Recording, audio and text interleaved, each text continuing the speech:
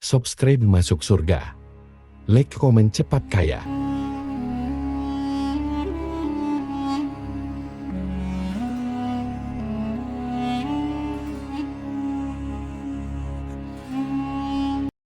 Assalamualaikum warahmatullahi wabarakatuh. Para pemirsa YouTube sekalian, pada kesempatan hari ini saya akan membahas terkait dengan Nabi Sulaiman alaihissalam. Nah, Nabi Sulaiman alaihissalam adalah manusia terkaya sepanjang sejarah kehidupan manusia di muka bumi. Dalam beberapa kitab suci seperti Al-Quran, Alkitab, Injil, Nabi Sulaiman alaihissalam dijelaskan sebagai manusia terkaya yang pernah hidup di muka bumi. Tidak ada satupun manusia yang bisa mengalahkan total kekayaannya. Hingga hari kiamat tiba, nanti para arkeolog telah menemukan situs peninggalan sejarah Islam yang mengungkap total kekayaan lebih dari Nabi Sulaiman alaihissalam. Reis bin Yosef, seorang profesor dari Tel Aviv University, seorang peneliti, ia menyatakan bahwa 3000 tahun yang lalu Nabi Sulaiman alaihissalam diperkirakan memiliki kekayaan senilai 2,2 triliun US dollar. Apabila dikonversi dengan nilai mata uang dolar hari ini dan apabila dirupiahkan, maka nilainya setara dengan 32.891.870 triliun rupiah. Nilai itu berkali-kali lipat lebih banyak dari total kekayaan negara Indonesia yang hanya mencapai 11,454 triliun rupiah per 31 Desember 2021. Nabi Sulaiman AS memiliki beberapa mujizat, diantaranya dapat berbicara dengan bahasa binatang. Beliau dapat memerintahkan mereka untuk melakukan sesuatu. Beliau juga dapat mengendalikan besar kecilnya tekanan angin dan dapat mengatur ke arah mana angin akan menghembus. Sehingga dengan itu Nabi Sulaiman dapat memanfaatkan angin sebagai kendaraannya dan juga kendaraan tentaranya. Nabi Sulaiman juga bisa melunakkan besi dan membentuk menjadi pakaian perang yang anti tusukan, senjata tajam. Tapi Nabi Sulaiman memimpin para jin, mereka tunduk dan patuh pada Nabi Sulaiman. Tidak hanya itu, setan dan iblis laknatullah yang merupakan makhluk pembangkang dapat dibuat tunduk bertekuk lutut pada perintah-perintah Nabi Sulaiman. Bisa melakukan teleportasi, yaitu berpindah dari satu tempat ke tempat yang lainnya dalam waktu singkat. Peristiwa tersebut dibuktikan dengan pemindahan singgasana Ratu Bilqis atas perintah Nabi Sulaiman. Nabi Sulaiman juga dikenal sebagai raja yang adil dan bijaksana. Nabi Sulaiman diberkahi kecerdasan yang sangat luar biasa untuk menyatupadukan segenap kekuatan yang Allah berikan kepadanya. Ia mengelola dan membawa kerajaannya menjadi kekuatan raksasa yang tak terkalahkan di masanya. Dengan segenap kemampuan yang dimiliki, tentara Nabi Sulaiman adalah tentara terkuat di bumi tanpa ada yang menandinginya. Pertanyaan mendasar yang muncul kali ini adalah dari mana sumber kekayaan dan kekuatan Nabi Sulaiman alaihissalam? Untuk mendapatkan jawabannya dari pertanyaan itu, simak video ini sampai akhir. Sebelum itu, mari bantu channel ini untuk terus berkembang dengan cara subscribe dan nyalakan tanda loncengnya, juga like, komentar yang positif, berikan share juga pada video ini. Semoga bernilai amal jariah karena ikut mensiarkan kisah Islam pada masyarakat Islam dan dunia. Terima kasih. Bismillahirrahmanirrahim. Sesungguhnya kami benar-benar telah menaburkan ilmu kepada Daud dan Sulaiman. Keduanya berkata, segala puji bagi Allah yang melebihkan kami dari kebanyakan hamba-hamba yang mukmin. Sulaiman telah mewarisi Daud dan dia berkata, wahai manusia, kami telah diajari untuk memahami bahasa burung dan kami dianugerahi segala sesuatu. Sesungguhnya semua ini benar-benar karunia yang nyata. Quran Surat An-Naml ayat 15-16. Saudara-saudaraku yang dirahmati oleh Allah, pada ayat di atas disebutkan bahwa Sulaiman telah mewarisi Daud. Nabi Sulaiman mewarisi Nabi Daud dalam sisi kenabian dan kekuasaan, bukan mewarisi harta, karena para nabi tidak mewarisi harta. sebab sepeninggalan mereka harta para nabi menjadi sedekah bagi orang-orang yang ada di sekitar mereka, yaitu orang-orang fakir dan orang-orang yang membutuhkan, dan harta para nabi tidak dikhususkan bagi kalangan keluarganya. Rasulullah bersabda, kami para nabi tidak mewariskan. Nabi Sulaiman mewarisi kenabian dari Nabi Daud. Ini adalah hal yang jelas Allah telah memilihnya sebagai nabi dari Bani Israel. Begitu juga Allah telah memberinya kekuasaan kerajaan sehingga ia menjadi pemimpin Bani Israel. Barangkali sesuatu yang paling penting yang diwarisi oleh Nabi Sulaiman dari Nabi Daud adalah tradisi militer. Kemajuan militer yang dahsyat telah berpindah kepada Nabi Sulaiman. Nabi Daud sebenarnya adalah seorang pengembala kambing yang sangat miskin, tapi seiring dengan perjalanan waktu, ia menjadi komandan pasukan yang tiada tandingannya. Nabi Daud alaihissalam mengetahui bahwa kekuatan hakiki yang mengatur alam semesta adalah kekuatan Allah Subhanahu wa taala. Ketika Nabi Daud mengulurkan tangannya dan memegang potongan batu, lalu beliau melemparkannya dengan ketapelnya ke arah Jalut. Nah, kepala Jalut retak dan ambruk menghantam tanah. Ini sebagai bentuk demonstrasi kekuatan darinya. Kehadiran Nabi Daud mengubah pasukan Bani Israel di mana mereka sebelumnya lari jika berhadapan dengan musuh, maka kini keberadaan mereka mulai diperhitungkan di masa kehidupan Nabi Daud. Mengalami peperangan yang sangat banyak, tapi Al-Quran tidak menceritakan secara terperinci hal itu. Al-Quran adalah kitab dakwah di jalan Allah, bukan kitab sejarah. Al-Quran hanya menceritakan di dalam Quran surat ayat 20, dan kami kuatkan kerajaan Daud. Ayat tersebut berarti bahwa Nabi Daud belum pernah terkalahkan dalam peperangan yang diikutinya. Di samping dukungan yang Allah berikan kepadanya, juga pasukan dan rakyat di mana mereka adalah orang-orang yang bertauhid, menyerahkan diri kepada Allah. Allah SWT mengajarkan kepada Nabi Daud hal-hal yang menjadikan pasukannya memiliki keistimewaan yang dengannya mereka dapat mengalahkan pasukan-pasukan lain, pasukan-pasukan besar yang ada di bumi pada saat itu.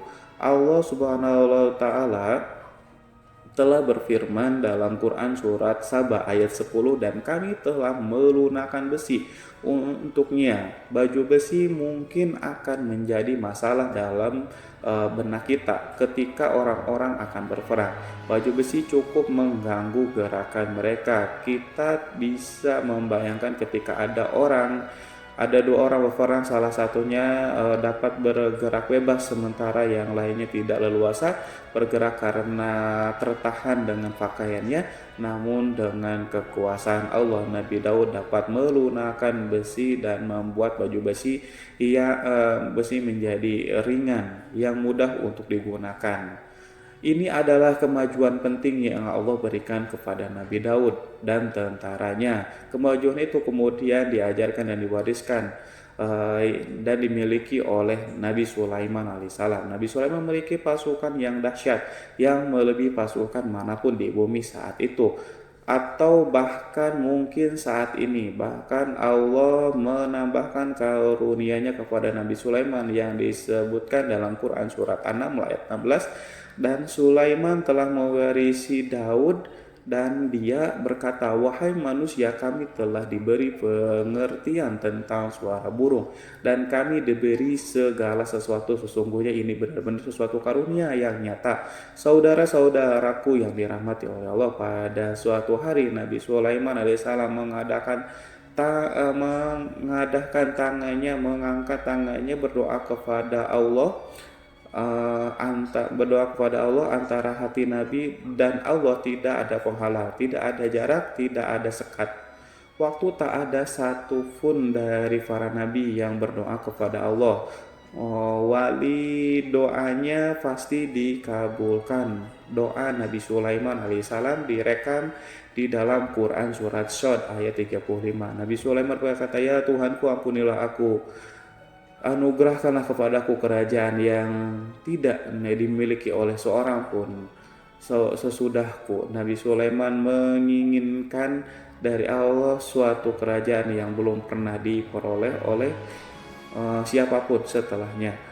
Allah Subhanahu wa taala mengabulkan doa Nabi Sulaiman dan memberinya kerajaan tersebut. Nabi Sulaiman mewarisi kekuasaan, kenabian, hikmah, ilmu dari Nabi Daud alaihissalam. Orang-orang menyebutnya Sulaiman al-Hakim, Sulaiman yang bijaksana. Kebijaksanaan Nabi Sulaiman tidak terbatas pada keadilannya di tengah-tengah manusia yang juga kasih sayangnya kepada mereka. Namun kebajikan Nabi Sulaiman juga berlaku di kalangan burung dan binatang lainnya. Nabi Daud juga mengenal bahasa burung, tetapi Nabi Sulaiman dapat berbicara dengan bahasa burung. Bahkan ia dapat menggantikannya sebagai pembantunya ketika Nabi Daud bertasbih, gunung-gunung dan burung-burung serta binatang buas ikut bertasbih bersamanya. Bahkan angin pun berhenti untuk mendengarkan tasbih itu. Sedangkan Nabi Sulaiman, Allah Subhanahu wa taala memberinya karunia lebih dari itu, di mana binatang-binatang buas tunduk padanya. Begitu juga angin dan burung. Saudara-saudaraku yang dirahmati oleh Allah, Nabi Sulaiman alaihissalam mampu mendengarkan bisikan semut yang berbicara kepadanya kepada sesamanya. Mereka bahkan ia mampu memerintahkan semut tersebut sehingga semut itu menjadi taat pada perintah pasukan Nabi Sulaiman. Nabi Sulaiman memiliki kekuatan yang sangat dahsyat di dunia. Belum pernah ada di dunia ini satu pasukan pun yang memiliki kekuatan seperti itu. Kekuatan Nabi Sulaiman berasal dari beberapa kombinasi yang sangat mengagumkan, sehingga karenanya ia tidak dapat tertandingi. Kekuatan itu terdiri dari manusia, binatang, jin, dan lain-lainnya. Sebagainya kita mengetahui bahwa jin adalah makhluk Allah dan manusia tidak mampu melihatnya atau menghadirkannya atau meminta pertolongan kepadanya. Sedangkan Nabi Sulaiman telah diberi Allah suatu kemampuan untuk menundukkan jin, memperkerjakan mereka sebagai tentara di tengah-tengah peperangan. Bahkan ia mampu menjadikan mereka sebagai pekerja-pekerja kasar di kerajaannya saat tidak ada peperangan. Maka karena itu ketika ada pasukan lain yang mencoba melawan pasukan Nabi Sulaiman, mustahil mereka akan mendapatkan kemenangan. Bahkan pasukan Nabi Sulaiman diperkuat oleh burung-burung. Di pasukan Nabi Sulaiman memerankan tugas penting, yaitu menjadi agen intelijen. Kita mengetahui bahwa peran informasi saat peperangan adalah hal yang penting, dan informasi tersebut pasukan dapat mengetahui keadaan lawannya. Demikian peranan burung pada pasukan Nabi Sulaiman. Ia terbang di tengah-tengah musuh, kemudian ia kembali pada Sulaiman untuk menyampaikan berita tentang keadaan lawannya. Di samping itu, di samping jin, burung Allah juga menundukkan angin untuk Nabi Sulaiman.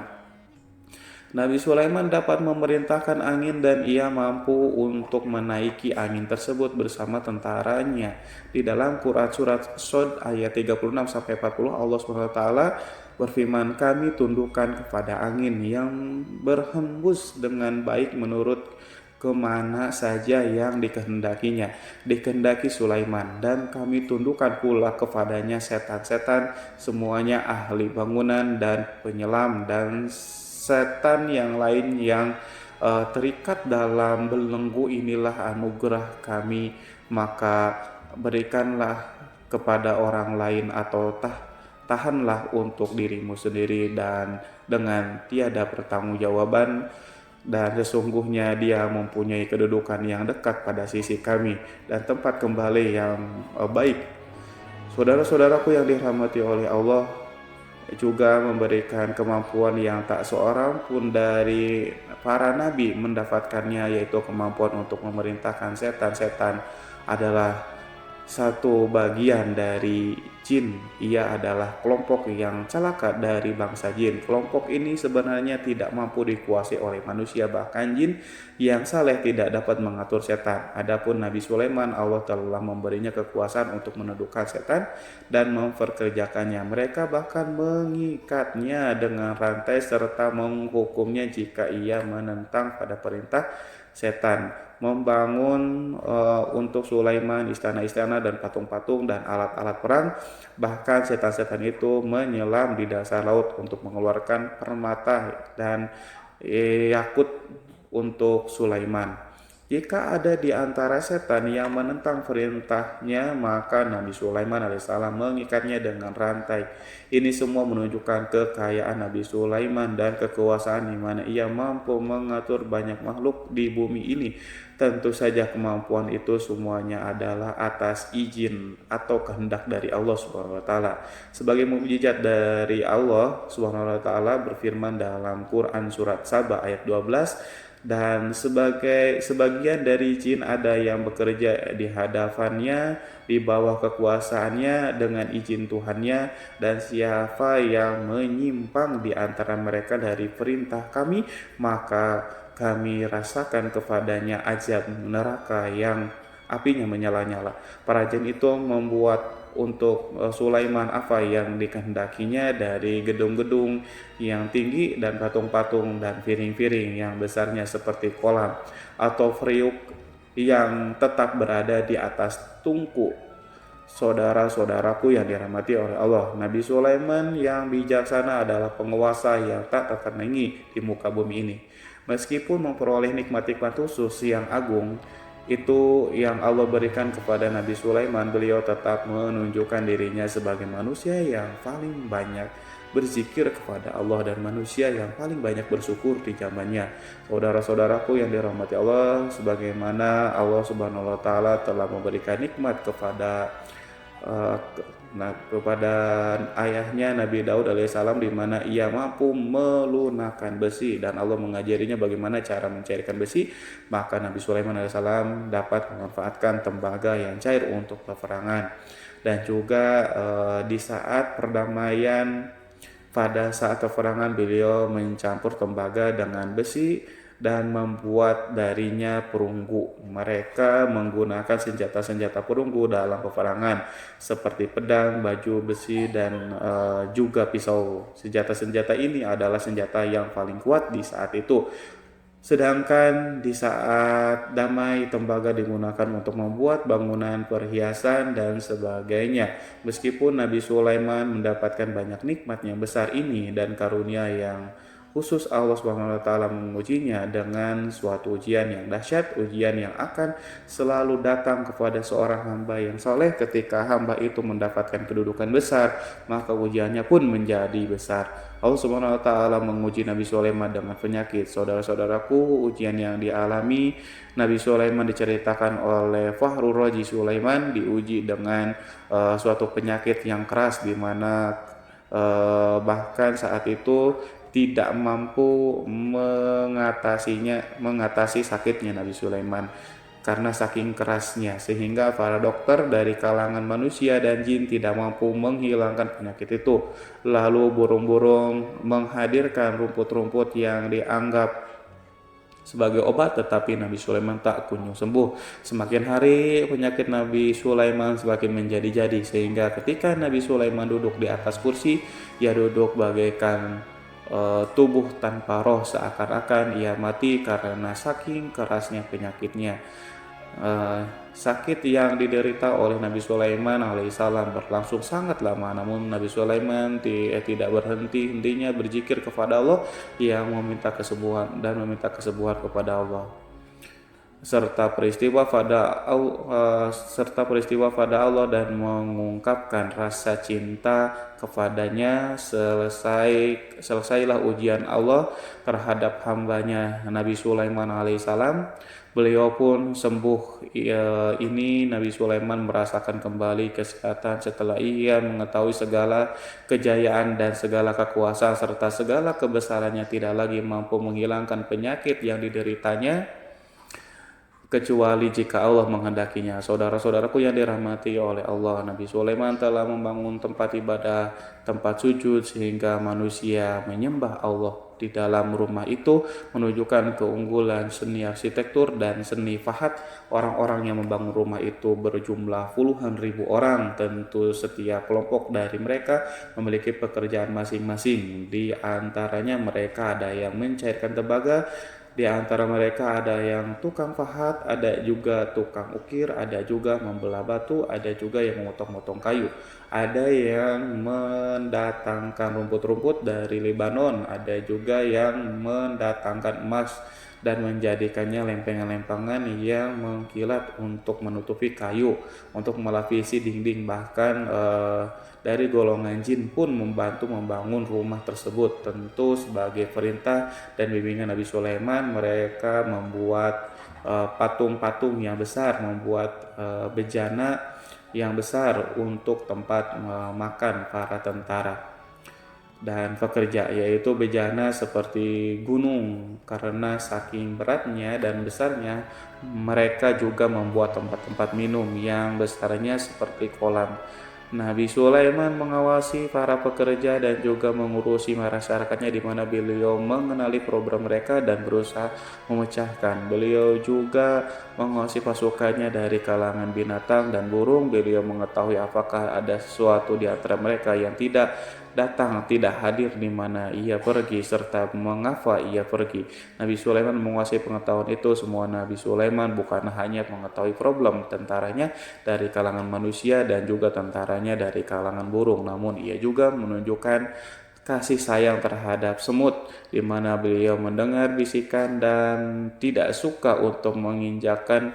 Nabi Sulaiman selalu menundukkan kepalanya ke bumi sebagai bentuk rasa rendah diri dan syukur kepada Allah Subhanahu wa taala. Pada saat itu, hari Nabi Sulaiman berjalan di depan tentaranya dan tiba-tiba ia mendengar suara semut yang berkata kepada teman-temannya dari kalangan semut, yaitu terekam dalam Al-Quran surat An-Nahl ayat 18 sampai 19. Wahai semut, semua masuklah ke dalam sarang-sarangmu agar kamu tidak terinjak oleh Sulaiman dan tentaranya, sedangkan mereka tidak menyadari. Nabi Sulaiman alaihissalam tersenyum mendengar itu, berarti ia berdoa, ya Allah Tuhanku, berilah aku ilham untuk tetap mensyukuri nikmat-Mu yang telah Engkau anugerahkan kepadaku dan kepada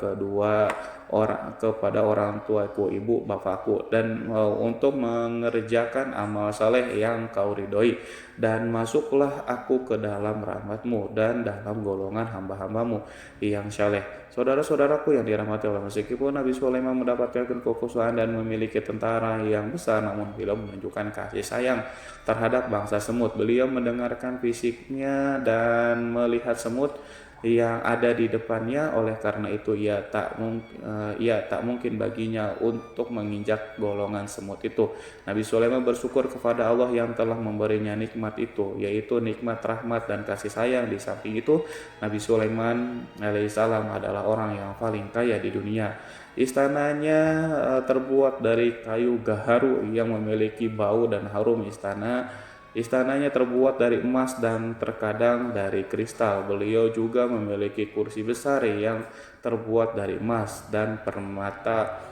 Istana Nabi Sulaiman merupakan istana yang paling besar di dunia. Nabi Sulaiman menggunakan pakaian dari emas dan permata. Meskipun demikian, Nabi Sulaiman tetap menunjukkan sebagai hamba yang berserah diri dan rendah diri di hadapan Allah Subhanahu wa taala dan sederhana di depan manusia. Nabi Sulaiman yang merendahkan dirinya di hadapan Allah, ia selalu sujud kepada Allah sebagaimana ayahnya yang selalu bertasbih kepada Allah. Nabi Sulaiman selalu melantunkan lagu-lagu cinta ilahi dan hanya memuji Allah Subhanahu wa taala. Pada suatu hari Nabi Sulaiman mengeluarkan perintah kepada pasukannya untuk bersiap-siap. Kemudian Nabi Sulaiman keluar dan memeriksa pasukannya satu demi satu. Pasukannya diteliti. Kelompok yang pertama adalah kelompok manusia. Nabi Sulaiman memperhatikan kesiapan mereka, lalu Nabi Sulaiman mengeluarkan perintah kepada mereka. Kemudian Nabi Sulaiman memeriksa kelompok jin dan menyampaikan perintahnya kepada mereka. Beliau memenjarakan jin yang tampak bermalas-malasan.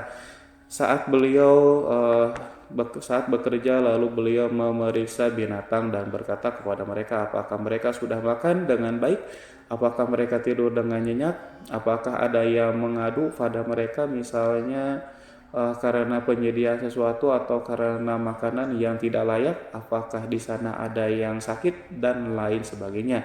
Semuanya diperiksa oleh Nabi Sulaiman. Ketika Nabi Sulaiman merasa puas dengan semuanya, Nabi Sulaiman memasuki tenda tempat berkumpulnya para burung. Nabi Sulaiman alaihissalam kemudian memasuki tenda tersebut dan mengamati keadaan di sekitarnya, sehingga beliau mengetahui bahwa ada satu burung yang tidak hadir, yaitu burung hudhud. Nabi Sulaiman alaihissalam kemudian berkata kepada yang diabadikan dalam surat An-Naml ayat 20, mengapa aku tidak melihat burung hudhud? Burung-burung yang lainnya tampak terdiam sebagai penghormatan, dan mereka mendengarkan apa yang dikatakan pemimpin mereka, Nabi Sulaiman. Nabi Sulaiman mengarah ke pandangannya pada semua burung dan tidak menemukan burung hudud di antara mereka. Tak seekor burung pun yang mengetahui keberadaan burung hudud. Absen pada apel wajib kali ini, Nabi Sulaiman memulai menampakkan kemarahannya. Apakah dia termasuk yang tidak hadir? Tiba-tiba seekor burung kecil memberanikan diri untuk berkata kepada Nabi Sulaiman, wahai Nabi yang mulia, seharusnya hudud ada bersamaku kemarin untuk melaksanakan tugas penyelidikan. Ia adalah pemimpin misi itu, namun burung hudhud belum datang. Oleh karena itu aku tidak pergi bersamanya. Burung itu tampak gemetar karena Nabi Sulaiman bahwa hudhud tidak hadir dan tak seorang pun mengetahui kemana ia pergi. Hudhud pergi tanpa terlebih dahulu meminta izin kepada Nabi Sulaiman dan tidak memberitahu kemana keberadaannya. Dalam keadaan marah, Nabi Sulaiman berkata, sesungguhnya aku benar-benar akan mengazabnya dengan azab yang keras, atau benar-benar menyembelihnya, kecuali jika ia benar-benar datang kepadaku dengan alasan yang jelas. Kawanan burung-burung mengetahui bahwa Nabi Sulaiman sedang marah dan telah menetapkan untuk menyiksa burung hudhud atau menyembelihnya, atau justru memaafkan dengan syarat ia datang dengan membawa alasan yang dapat menyelamatkan, atau dengan kata lain burung hudhud dapat memastikan bahwa ia melaksanakan tugas yang penting. Nabi Sulaiman menunjukkan kemarahannya yang besar sehingga siapapun merasa takut pada Nabi Sulaiman marah, maka kemarahannya akan membelah kebenaran. Kemudian beliau dapat melaksanakan ancaman dengan cara yang mudah.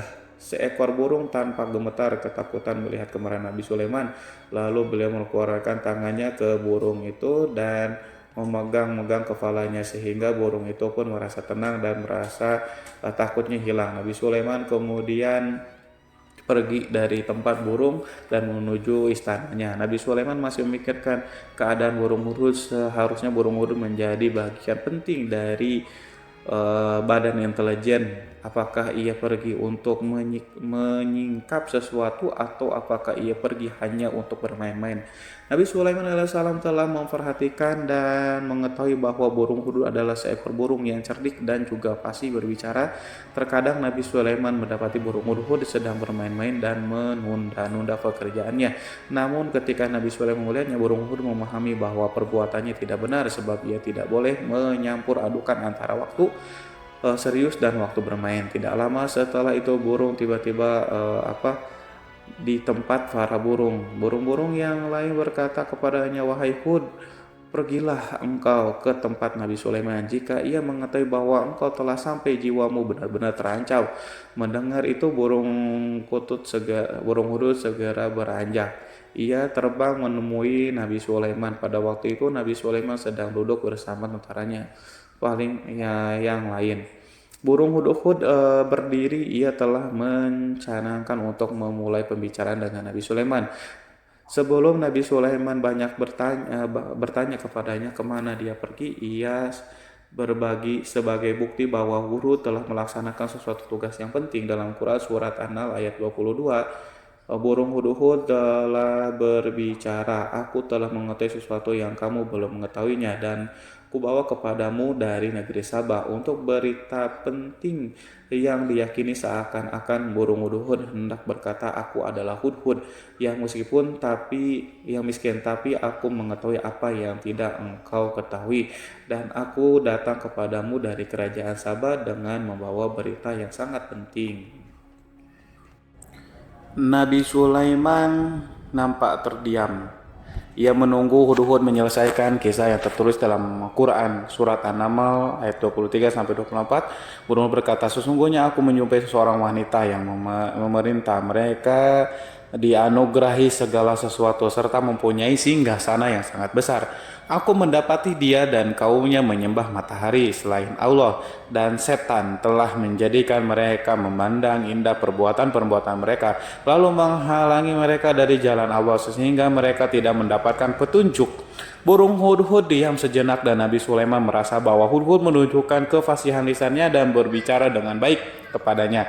Nabi Sulaiman berkata dalam Quran surat An-Nahl ayat 27 sambil menunjukkan senyum manisnya di wajah Nabi Sulaiman berkata, akan kami lihat apakah kamu benar wahai hudhud, ataukah kamu termasuk orang-orang yang berdusta. Seakan-akan burung hud ingin mengatakan aku tidak Diamnya Sulaiman membuat takut sehingga burung hudhud terdiam. Nabi Sulaiman terdiam karena berpikir, lalu ia memutuskan sesuatu.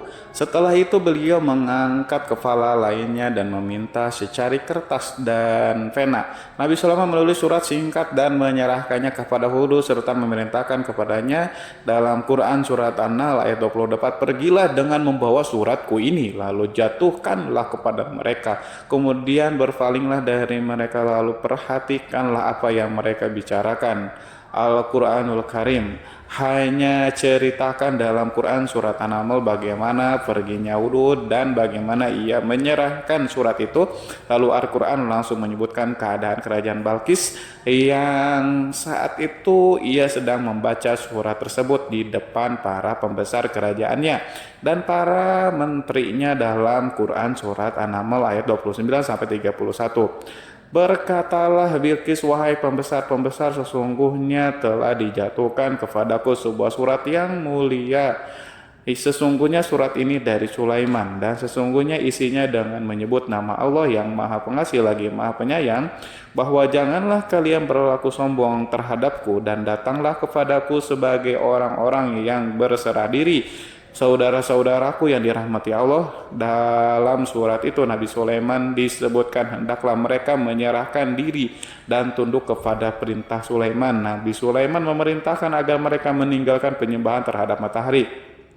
Nabi Sulaiman tidak mempersoalkan akidah mereka dan tidak memuaskan mereka dengan apapun. Nabi Sulaiman hanya memerintahkan bahwa ia berada di atas kebenaran, bukankah ia didukung kekuatan yang berlandaskan keyakinan dan dimilikinya. Nabi Sulaiman hanya memerintahkan mereka agar tunduk dan patuh kepadanya. Ratu Saba menyampaikan surat tersebut di tengah-tengah kaumnya. Dalam Quran surat An-Naml ayat 32 dijelaskan berkata Bilqis, wahai para pembesar, berilah aku pertimbangan dalam urusanku ini. Aku tidak pernah memutuskan sesuatu persoalan sebelum kamu berada dalam majelisku. Saudara-saudaraku yang dirahmati Allah, para pembesar istana Bilqis menentang surat tersebut. Isi surat itu membangkitkan kesombongan kaum Saba, di mana mereka merasa lebih kuat. Mereka mengetahui bahwa di sana ada seseorang yang mencoba menentang mereka dan mengisyaratkan peperangan kepada mereka. Lalu ia minta kepada mereka untuk memenuhi syarat-syarat sebelum terjadinya peperangan dan kekalahan dalam Quran surat An-Nahl ayat 33. Mereka menjawab, kita adalah orang-orang yang memiliki kekuatan dan juga memiliki keberanian yang sangat dalam. Peperangan dan keputusan berada di tanganmu, wahai rajaku. Maka pertimbangkanlah apa yang akan kamu perintahkan. Saudara-saudaraku yang dirahmati Allah, para pembesar kaum Sabah seakan ingin berkata kita siap untuk melaksanakan perang. Tampaknya ratu itu memiliki kebijakan yang lebih baik dari pembesar kaumnya. Surat Sulaiman itu membuatnya berpikir lebih jernih dan lebih berhati-hati. Ia berusaha sebisa mungkin menghindari peperangan. Ratu itu berpikir dalam tempo yang lama. Nama Sulaiman tidak diketahuinya dan ia pun belum pernah mendengarnya. Oleh karena itu ratu kaum Sabah tidak mampu mengetahui dan mendeteksi seberapa besar kekuatan Nabi Sulaiman. Boleh jadi Nabi Sulaiman memiliki kekuatan yang dahsyat sehingga ia mampu memerangi kekuasaannya dan mengalahkannya. Kemudian ratu memperhatikan apa yang ada di sekelilingnya. Ia melihat kemajuan masyarakat dan juga kekayaannya. Barangkali ia mengira bahwa Nabi Sulaiman iri terhadap kemajuan kekayaan itu sehingga Nabi Sulaiman ingin menyerangnya. Setelah mempertimbangkan isi surat Nabi Sulaiman dengan cermat, Ratu Saba memilih untuk tidak bersikap sombong dan bodoh. Ratu lebih suka untuk menggunakan bahasa kelembutan. Ia mengirim kepada Nabi Sulaiman suatu hadiah yang besar. Ratu mengira bahwa Nabi Sulaiman seseorang yang ambisius, yang boleh jadi ia telah mendengar tentang kekayaan kerajaan Sabah. Para utusan pergi dengan membawa hadiah dari Ratu Saba. Ratu berharap agar mereka dapat memasuki kerajaan Nabi Sulaiman dan akan mengetahui kondisi kerajaan. Saat mereka pulang, Ratu ingin mendengar secara langsung dari mereka tentang bagaimana keadaan kaum Nabi Sulaiman dan pasukannya. Setelah mendapatkan informasi yang cukup, maka Ratu Bilqis dapat membuat sesuatu keputusan yang tepat. Ratu menyembunyikan apa yang terlintas dalam pikirannya, lalu ia berbicara kepada pembesar istananya bahwa ia dapat menyingkapi niat jahat Raja Sulaiman. Lalu cara mengirimkan hadiah kepadanya. Ratu lebih memilih cara tersebut dan menunggu reaksi dari Nabi Sulaiman. Ratu berhasil memuaskan para pembesar istana dan untuk sementara ia menghilangkan ide untuk berperang. Karena para raja jika menyerang satu desa, maka pemimpin desa tersebut adalah orang yang paling banyak mendapatkan kehinaan dan kerjaan. Akhirnya para pembesar kaumnya merasa puas dengan pikiran Ratu Bilqis. Saudara-saudaraku yang dirahmati oleh Allah, dalam Quran surat An-Naml ayat 34-35 dijelaskan, Bilqis berkata, dia berkata sesungguhnya raja-raja apabila memasuki suatu negeri niscaya mereka akan membinasakannya dan menjadikan penduduknya yang mulia menjadi hina, dan demikian pula lah yang akan mereka perbuat, dan sesungguhnya aku akan mengirim utusan kepada mereka dengan membawa hadiah, dan aku akan menunggu apa yang akan dibawa kembali oleh utusan itu. Saudara-saudaraku yang dirahmati Allah, kemudian sampailah hadiah dari Ratu Bilqis kepada Nabi Sulaiman. Para intelijen Nabi memberitahunya bahwa utusan Bilqis datang dengan membawa hadiah. Nabi Sulaiman langsung mengetahui bahwa Ratu Bilqis itu sengaja mengirim orang-orangnya untuk mengetahui atau mendapatkan informasi tentang kekuatannya. Lalu setelah itu ia akan mengambil keputusan atau mengambil sikapnya kepada kerajaan Nabi Sulaiman. Sulaiman segera memanggil semua pasukannya untuk berkumpul. Utusan Bilqis segera memasuki istana. Nabi Sulaiman yang dipenuhi dengan pasukan besar yang bersenjata melihat itu, utusan Ratu Bilqis tercengang dan ia terkejut ketika mereka melihat kekayaan yang mereka bawa tidak ada apa-apanya dibandingkan apa yang ada di sana. Hadiah mereka tampak tidak berarti, emas yang mereka bawa tampak tidak memiliki makna. Saat mereka memasuki istana Nabi Sulaiman yang terbuat dari kayu-kayu pohon gaharu, ia mengeluarkan bau yang harum serta dihiasi dengan emas permata. Para utusan Ratu Bilqis berdiri bersama Nabi Sulaiman dan menyaksikan bagaimana Nabi Sulaiman mengendalikan pasukannya. Kemudian mereka mulai berpikir tentang kekuatan dan kualitas pasukan Nabi Sulaiman. Betapa kagetnya mereka ketika melihat di tengah-tengah pasukan itu terdapat singa, burung, dan tentara dari kalangan manusia yang mampu terbang. Mereka pun sadar bahwa mereka di hadapan pasukan yang tiada tersaingi. Demonstrasi pasukan Nabi Sulaiman. Kemudian para utusan ratu dipersilahkan maju ke tempat hidangan makanan. Para utusan itu sangat terkejut ketika melihat berbagai macam makanan dari penjuru dunia ada di depannya, dan di antara makanan itu terdapat pula makanan yang biasa ditemukan di negeri mereka, tetapi mereka melihat bahwa makanan itu memiliki rasa yang lebih istimewa. Selain itu, piring-piring yang ada di depannya mereka dan dijadikan tempat makanannya terbuat dari emas, dan mereka dilayani oleh laki-laki yang berhias dengan emas. Ratu mereka pun tidak mengenakan hiasan itu di meja makanan itu. Terdapat burung, ikan laut, dan berbagai macam daging yang mereka tidak mampu lagi membedakan daging apa itu. Nabi Sulaiman tidak makan bersama mereka, tapi beliau makan dengan menggunakan piring yang terbuat dari kayu. Beliau memakan roti yang kering yang dicampur dengan minyak. Inilah makanan yang dipilih Nabi Sulaiman. Makan bersama mereka dalam keadaan diam. Mereka merasa kehadiran Nabi Sulaiman menciptakan suatu wibawa yang luar biasa. Selesai perjamuan itu, makanan itu sudah selesai. Lalu dengan sangat malu mereka menyerahkan hadiah dari Ratu Bilqis kepada Nabi Sulaiman. Hadiah itu berupa emas. Bagi mereka hadiah itu sangatlah bernilai tinggi, tapi di sini hadiah itu tampaklah kecil di hadapan kekayaan Nabi Sulaiman yang sangat mengagumkan. Nabi Sulaiman memperhatikan hadiah ratu itu dan berkata dalam Quran surat An-Nahl ayat 36, maka tatkala utusan itu sampai pada Sulaiman, Sulaiman berkata, apakah patut kamu menolong aku dengan harta? Maka apa yang diberikan Allah kepadaku lebih baik daripada apa yang diberikannya kepadamu. Tetapi kamu merasa bangga dengan hadiahmu. Saudara-saudaraku, Raja Sulaiman menyingkap dengan kata-katanya yang singkat itu penolakannya terhadap hadiah mereka. Ia memberitahu utusan itu bahwa ia tidak menerima.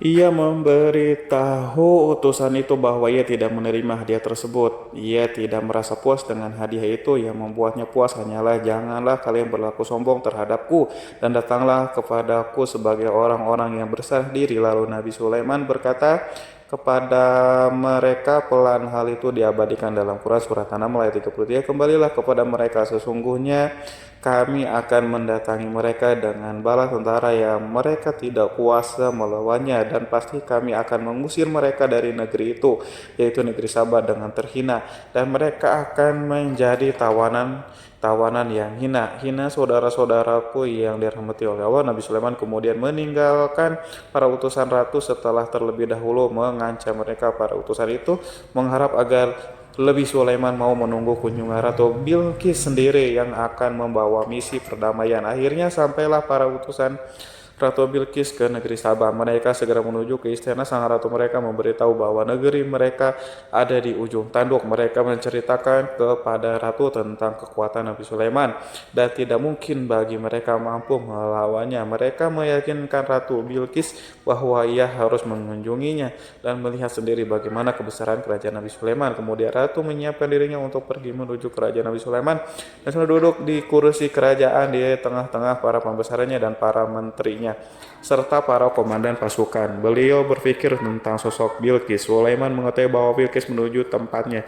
Meski dikelilingi rasa takut, Nabi Sulaiman berpikir sejenak tentang bagaimana matahari disembah. Ia memikirkan bagaimana informasi yang diterima oleh intelijennya tentang kemajuan kerajaan Bilqis dalam bidang kesenian dan ilmu pengetahuan. Nabi Sulaiman bertanya kepada dirinya sendiri, apakah kemajuan menjadi penghalang untuk mengetahui kebenaran? Apakah ratu itu gembira dengan kekuatan yang dicapainya, dan ia membayangkan bahwa kekuatannya adalah segalanya dengan kemajuan yang dimilikinya. Nabi Sulaiman ingin membuat kejutan agar ratu mengetahui bahwa Islam yang diyakini oleh Nabi Sulaiman adalah satu-satunya yang mampu mendatangkan kemajuan dan kekuatan yang hakiki, sehingga ia dapat membandingkan antara keyakinannya dalam menyembah matahari beserta kemajuan yang mencapainya dengan keyakinan Nabi Sulaiman juga beserta kemajuan yang diraihnya. Saudara-saudaraku yang dirahmati oleh Allah, para mata-mata Nabi Sulaiman telah memberitahu bahwa hal yang sangat disegani dan dikagumi oleh kaum Bilqis adalah kerajaan Sabah, yaitu singgasana Raja Bilqis. Singgasana itu terbuat dari emas dan batu mulia. Singgasana tersebut dijaga oleh penjaga yang sangat disiplin, di mana mereka tidak pernah lalai sedikit pun. Oleh karena itu sangat tepat apabila Nabi Sulaiman menghadirkan singgasana di sini di kerajaannya, sehingga ketika ratu tiba maka ia dapat duduk di atasnya. Nabi Sulaiman ingin membuat kejutan kepadanya dan menunjukkan bahwa kemampuannya tersebut yang berlandaskan pada keislaman. Nabi Sulaiman melakukan yang demikian itu dengan harapan agar si ratu tunduk kepadanya. Ide itu terlintas dalam diri Nabi Sulaiman, lalu ia mengangkat kepalanya dan menoleh kepada anak buahnya. Hal itu diabadikan dalam Quran surat An-Naml ayat 36. Wahai para pembesar-pembesar, siapakah di antara kalian yang sanggup membawa singgasananya kepadaku sebelum mereka datang kepadaku? Sebagai orang-orang yang berserah diri, saudara-saudaraku, perhatikanlah ungkapan pikiran Nabi Sulaiman tersebut. Semua pemikirannya berkisar tentang keislaman para penyembah matahari, tentang bagaimana beliau dapat memberikan petunjuk kepada mereka di jalan Allah. Yang pertama menjawab pertanyaan Nabi Sulaiman adalah jin Ifrit dari kalangan jin yang Allah telah menundukkan mereka kepada Nabi Sulaiman. Dalam dalam Quran surah Al-Rahman ayat 39 berkata Ifrit yang cerdik dari golongan jin, aku akan datang kepadamu dengan membawa singgasana itu kepadamu sebelum kamu berdiri dari tempat dudukmu. Sesungguhnya aku benar-benar kuat untuk membawanya lagi. Dapat dipercaya Nabi Sulaiman berdiri dari tempat duduknya setelah 1 jam atau 2 jam, namun jin itu berjanji kepadanya untuk menghadirkan singgasana Bilqis. Sebelum itu istana Nabi di Palestina, sedangkan istana Bilqis terletak di Yaman. Antara singgasana tersebut dengan singgasana Nabi Sulaiman berjarak lebih dari ribuan mil. Barangkali pesawat yang cepat sekalipun yang kita kenal hari ini tidak akan mampu membawa dan mendatangkan di istana itu dalam waktu 1 jam. Tetapi masalahnya di sini berhubungan dengan kekuatan jin yang serba misterius. Nabi Sulaiman alaihissalam tidak mengomentari sedikit pun terhadap apa yang dikatakan oleh Ifrit dari golongan jin. Tampaknya ia menunggu tanggapan lain yang mampu menghadirkan singgasana Bilqis yang lebih cepat dari jin. Nabi Sulaiman menoleh kepada seseorang di sana yang duduk di atas naungan. Hal itu diceritakan dalam Quran surat An-Naml ayat 40. Berkatalah seorang yang mempunyai ilmu dari Alkitab, aku akan membawa singgasana itu kepadamu sebelum matamu berkedip. Maka tatkala Sulaiman melihat singgasana itu terletak di hadapannya, ia pun berkata, ini termasuk karunia Tuhanku untuk mencoba aku. Apakah aku akan bersyukur atau mengingkari nikmatnya? Dan barang siapa yang bersyukur, maka sesungguhnya dia bersyukur untuk kebaikan dirinya sendiri. Dan barang siapa yang ingkar, maka sesungguhnya Tuhanku maha kaya lagi maha mulia. Saudara-saudaraku, belum lama seseorang yang mempunyai ilmu Alkitab itu menyatakan kalimatnya sehingga singgasana itu tiba-tiba ada di depan Nabi Sulaiman yang mampu menghadirkan singgasana itu lebih cepat atau lebih sedikit dari kedipan mata. Ketika mata itu tertutup dan terbuka, Al-Quranul Karim tidak menyingkap kepribadiannya. Seseorang yang menghadirkan singgasana itu Al-Quran hanya menggarisi bahwa orang itu mempunyai ilmu dari Alkitab. Al-Quran tidak menjelaskan kepada kita apakah ia seorang malaikat atau manusia atau jin atau Al-Quranul Karim sepertinya ingin menyembunyikan identitas orang tersebut. Al-Quran sengaja tidak menyingkap hakikat kitab yang dimaksud. Saudara-saudaraku yang dirahmati Allah, setelah melintas singgasana itu Nabi Sulaiman bersyukur kepada Allah.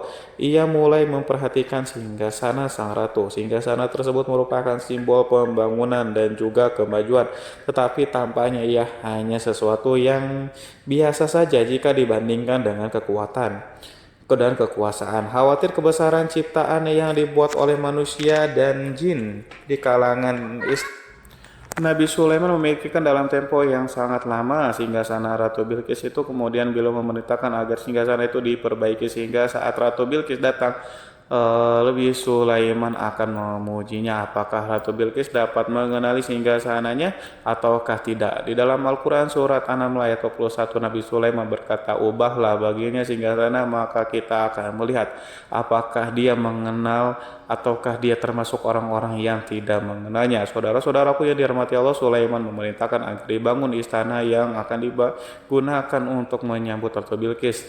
Nabi Sulaiman memilih tempat di laut dan ia memerintahkan agar dibangun suatu istana di mana sebagian besarnya terdiri dari air laut. Nabi Sulaiman memerintahkan agar lantainya itu terbuat dari kaca yang tebal dan kuat, sehingga orang-orang yang berjalan di atas istana itu akan dapat melihat di bawahnya ada ikan-ikan yang berwarna-warni yang berenang-renang, dan mereka akan melihat rumput-rumput laut yang bergerak-gerak. Akhirnya terselesaikan pembangunan istana itu. Saking bersihnya kaca lantai sehingga tampak di sana tidak ada kaca burung.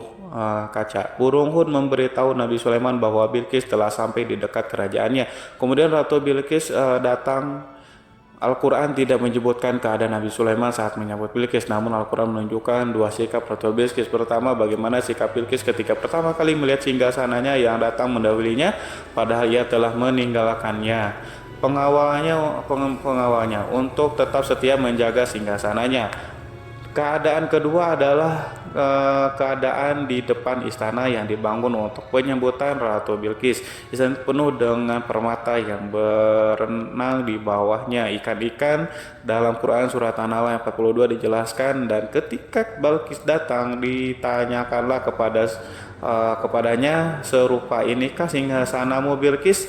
Menjawab seakan-akan singgasana ini adalah singgasanaku. Kami telah diberi pengetahuan sebelumnya dan kami adalah orang-orang yang berserah diri.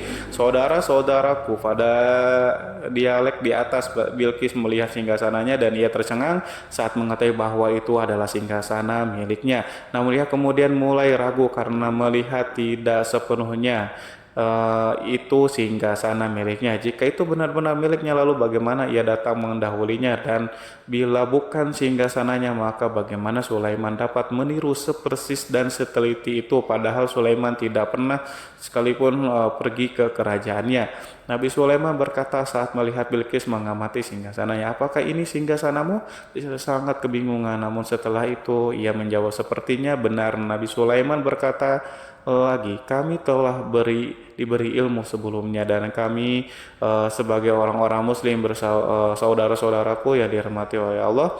Melalui pertanyaan itu Nabi Sulaiman ingin mengisyaratkan kepada Bilqis agar ia membandingkan antara keyakinannya beserta ilmu yang dicapainya dengan keyakinan Nabi Sulaiman yang muslim beserta kata pengetahuan yang telah diraihnya penyembahan terhadap matahari dan pencapaian ilmu yang dicapai oleh Bilqis tanpa tidak ada apa-apanya dibandingkan dengan ilmu Nabi Sulaiman dan keislamannya. Nabi Sulaiman telah mendahulunya dengan bidang ilmu karena keislamannya. Karena itu sangat mudah baginya untuk mengungguli Bilqis. Dalam ilmu-ilmu yang lainnya demikianlah yang diisyaratkan pernyataan Sulaiman kepada Bilqis. Sahabat itu bahwa ini adalah singgasananya, di mana singgasana itu datang lebih dulu daripada dirinya. Beberapa bagian darinya telah diubah saat Bilqis masih di dalam perjalanan menuju ke tempat Nabi Sulaiman. Ia berpikir kemampuan apa yang dimiliki oleh Nabi Sulaiman. Ratu Bilqis tercengang melihat apa yang disaksikannya yang berupa buah dari keimanan Nabi Sulaiman dan hubungannya dengan Allah SWT. Sebagaimana Bilqis juga tercengang ketika melihat kemajuannya di bidang ilmu pembangunan, seni dan ilmu-ilmu yang lainnya, maka ia lebih kagum lagi saat melihat hubungan yang kuat antara keislaman Nabi kiriman dengan ilmunya serta kemajuan yang diraihnya. Dalam Quran surat An-Naml ayat 84 dijelaskan, dan apa yang disembahnya selama ini selain Allah mencegahnya untuk melahirkan keislamannya, karena sesungguhnya ia terdahulu termasuk orang-orang yang kafir. Saudara-saudaraku yang dirahmati Allah, tergoncanglah dalam benak Bilqis ribuan hal yang melihat keyakinan kaumnya runtuh di hadapan Nabi Sulaiman yang menyadari bahwa matahari yang disembahnya hanya merupakan ciptaan Allah di mana ia menggerakkannya untuk hamba-hambanya. Lalu terbitlah matahari, kebenaran di dalam dirinya atau hatinya diterangi oleh cahaya baru yang tidak akan tenggelam seperti tenggelamnya matahari. Masa keislamannya hanya menunggu waktu saja. Ratu Bilqis memilih waktu yang tepat untuk mengumumkan keislamannya. Allah SWT berfirman dalam Quran surat An-Naml ayat 44, dikatakan kepadanya, masuklah ke dalam istana. Maka tatkala ia melihat lantai istana itu, dikiranya kolam air yang besar dan disingkapnya dua betisnya. Berkatalah Sulaiman, sesungguhnya ia adalah istana licin yang terbuat dari kaca. Berkatalah Bilqis, wahai Tuhanku, sesungguhnya aku telah berbuat zalim terhadap diriku dan aku berserah diri bersama Sulaiman kepada Allah Tuhan semesta alam. Saudara-saudaraku yang dirahmati Allah, dikatakan kepada Bilqis, masuklah ke dalam istana. Ketika ia masuk, maka ia tidak menyaksikan adanya kaca, tetapi ia melihat air sehingga ia mengira akan bersinggungan dengan air laut. Lalu ia menyingkapkan sedikit bajunya agar bajunya tidak basah. Nabi Sulaiman mengingatkan tanpa melihatnya agar ia tidak khawatir terhadap pakaiannya, karena pakaiannya tidak akan basah sebab di sana tidak ada air, itu sekedar kaca yang halus, yang saking halusnya sehingga ia tidak tampak. Pada kesempatan itu Balkis mengumumkan keislamannya yang mengakui kelaliman dirinya, dan ia menyatakan menyerahkan diri kepada Nabi Sulaiman dan kepada Allah Tuhan semesta alam. Lalu kaumnya pun mengikutinya dan mereka tidak memeluk Islam. Balkis menyadari ia berhadapan dengan penguasa yang terbesar di bumi dan salah satu Nabi Allah yang mulia. Untuk pertama kalinya wajah Sulaiman tampak dihiasi dengan senyuman yang menunjukkan kepuasannya sejak Balkis mengunjunginya. Demikianlah Sulaiman mewujudkan kejayaan yang hakiki dan menyebarkan cahaya Islam di muka bumi. Saudara-saudaraku, Al-Quran tidak menyebutkan kisah Balkis setelah keislamannya. Para ahli tafsir mengatakan bahwa ia menikah dengan Nabi Sulaiman. Selain itu, ada yang mengatakan bahwa ia menikah dengan salah satu orang dekat Nabi Sulaiman. Ada juga yang mengatakan bahwa sebagai raja Habasyah adalah keturunan dari buah perkawinan ini. Wallahu alam bishawab. Saudara-saudaraku yang dirahmati Allah, Nabi Sulaiman hidup di tengah-tengah kejayaan dan kemuliaan di bumi. Kemudian Allah menetapkan kematian untuknya, sebagaimana kehidupan Sulaiman berada di puncak kemuliaan dan kejayaan yang penuh dengan keajaiban yang luar biasa. Maka kematiannya pun merupakan tanda-tanda kebesaran Allah yang penuh dengan keajaiban. Demikianlah bahwa kematiannya sesuai dengan kehidupannya, sesuai dengan kejayaannya. Allah berfirman tentang kematian Sulaiman di dalam Al-Quran surat Sab ayat 14, maka tatkala kami telah menetapkan kematian Nabi Sulaiman, tidak ada yang menunjukkan kepada mereka kematiannya itu kecuali rayap yang memakan tongkatnya. Maka tatkala ia telah tersungkur, taulah jin bahwa kalau sekiranya mereka mengetahui yang gaib, tentulah mereka tidak akan tetap dalam siksa yang menghinakan. Saudara-saudaraku yang kemampuan Nabi Sulaiman untuk menundukkan jin dan mempekerjakan mereka serta hubungan mereka dengannya, semua itu menimbulkan fitnah di tengah-tengah manusia dalam hal tertentu, dan kematian Nabi Sulaiman merupakan batasan jawaban terhadap fitnah ini. Kami tidak mengetahui siapa yang mengklaim bahwa jin mengetahui hal yang gaib, apakah itu setan yang terkutuk atau jin yang bodoh atau manusia yang tertipu. Kami tidak mengetahui siapa yang bertanggung jawab terhadap tersebarnya isu yang keliru ini. Yang kita tahu adalah bahwa hal tersebut adalah mempengaruhi sebagian manusia dan jin. Barangkali manusia berkata kepada diri mereka, selama jin melakukan perbuatan yang luar biasa ini, maka apa gerangan yang menjadikan mereka tidak mengetahui hal yang gaib? Manusia itu lupa bahwa kunci kegaiban berada di tangan Allah. Masalah ilmu gaib tidak akan mampu dikuasai oleh jin, manusia, para nabi, dan semua makhluk. Hanya Dia yang mengetahui, dan manusia yang diberitahu hanya sedikit. Sekali lagi, saudara-saudaraku yang dirahmati Allah, seakan-akan Allah telah merencanakan bahwa kematian Sulaiman bertujuan untuk menghancurkan pemikiran itu, yaitu pemikiran bahwa jin mengetahui hal-hal yang gaib. Jin bekerja untuk Nabi Sulaiman selama beliau hidup, dan tatkala beliau meninggalkan maka tugas mereka menjadi bebas. Nabi Sulaiman meninggal tanpa diketahui oleh jin, sehingga mereka tetap bekerja untuknya. Mereka tetap mengabdi kepada Sulaiman. Seandainya mereka mengetahui hal yang gaib, niscaya mereka tidak meneruskan pekerjaannya. Mereka, saudara-saudaraku, pada suatu hari Nabi Sulaiman memasuki mihrabnya untuk itikaf, ibadah dan beribadah kepada Allah. Tak seorang pun yang berani mengganggu khalwatnya di mihrab itu. Mihrab Sulaiman terletak di puncak gunung dan dindingnya terbuat dari permata. Pada suatu hari Nabi Sulaiman duduk bersandar pada tongkatnya yang tampak tenggelam dalam tafakur. Beliau berzikir kepada Allah hingga rasakan untuk menguasainya. Lalu setelah itu malaikat maut menemuinya di mihrabnya. Nabi Sulaiman pun meninggal, beliau bersandar pada tongkatnya. Jin melihatnya dan mengira bahwa beliau sedang sholat, sehingga mereka pun terus melanjutkan pekerjaannya. Berlalulah hari-hari yang panjang, kemudian datanglah rayap itu, yaitu semut kecil yang memakan kayu. Hewan itu mulai memakan tongkat Nabi Sulaiman. Rayap itu tampak lapar. Sebagian dari tongkat Nabi Sulaiman dimakan beberapa hari oleh rayap. Itu ketika yang dimakan semakin bertambah, maka tongkat itu pun menjadi rusak dan kemudian jatuh dari tangan Nabi Sulaiman alaihissalam. Tubuh mulia itu kehilangan pertimbangan dan kemudian jatuh terhempas di bumi. Tatkala tubuh suci itu tersungkur, maka manusia segera menuju ke arahnya. Mereka menyadari dan mengetahui bahwa Nabi Sulaiman telah meninggal dalam waktu yang lama. Jin menyadari bahwa mereka tidak mengetahui hal yang gaib dan manusia pun mengetahui hal yang hakikatnya. Ini seandainya jin mengetahui hal yang gaib, niscaya ia tidak akan meneruskan siksa yang hina. Mereka tidak akan bekerja kepada Sulaiman. Demikianlah Nabi Sulaiman alaihissalam meninggal dalam keadaan duduk dan salat timiranya. Lalu berita itu tersebar bagaikan api di bumi. Manusia, burung, dan binatang buas mengantarkan jenazah Nabi Sulaiman.